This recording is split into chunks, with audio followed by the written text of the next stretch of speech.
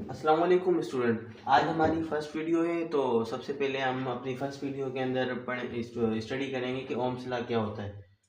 सबसे पहले ना ओम्स लॉ के अंदर उसकी डेफिनेशन आ जाती है।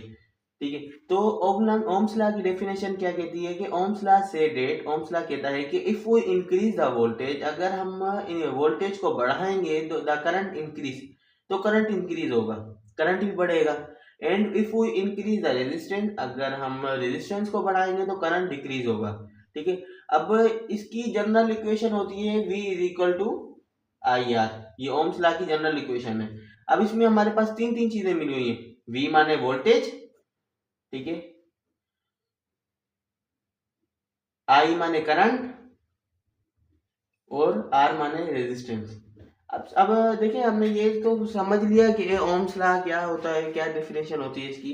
मगर हम देखेंगे यार वोल्टेज क्या होता है, करंट क्या होता है, रेजिस्टेंस क्या होती है। अब एक किस्म की मैं तुम्हें एग्जांपल देके समझाऊंगा इसके अंदर कि वोल्टेज क्या होता है। जैसे पंप पानी को पुश करता है ना, ठीक, पानी को पुश करता है, पंप ऊपर खींचता है।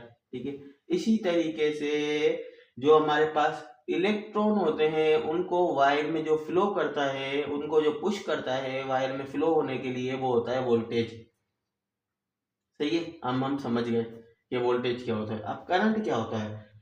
करंट के फ्लो यानी करंट क्या होता है कि जैसे पाइप के अंदर पानी फ्लो होता है ना, इसी तरीके से करंट जो वायर के अंदर इलेक्ट्रॉन्स का फ्लो जो होता है वो हमारा होता है करंट। अब रेजिस्टेंस क्या होती है। रेजिस्टेंस एक किस्म की रुकावट होती है जो हमारे यानी यार करंट को फ्लो होने नहीं देती।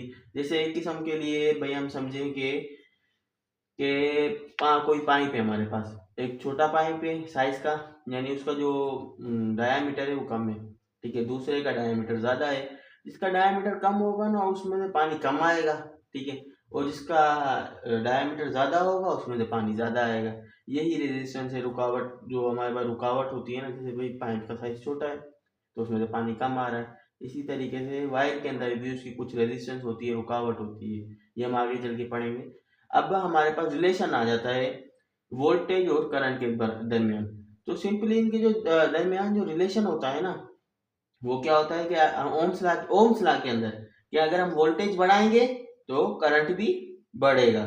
वोल्टेज बढ़ाया, करंट भी बढ़ा। रेजिस्टेंस अगर बढ़ाएंगे तो करंट कम होगा। ठीक है, अगर इसको हम ना इस तरीके से और समझ लेते हैं कि V is equal to I R. ठीक है, जब हम R को निकालेंगे ना तो ये हो जाएगा V अपान में I।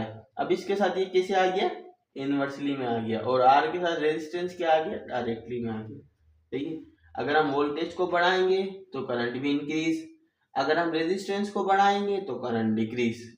इतनी सी यही बात है। Follow my channel SRK Academy। Thanks for watching.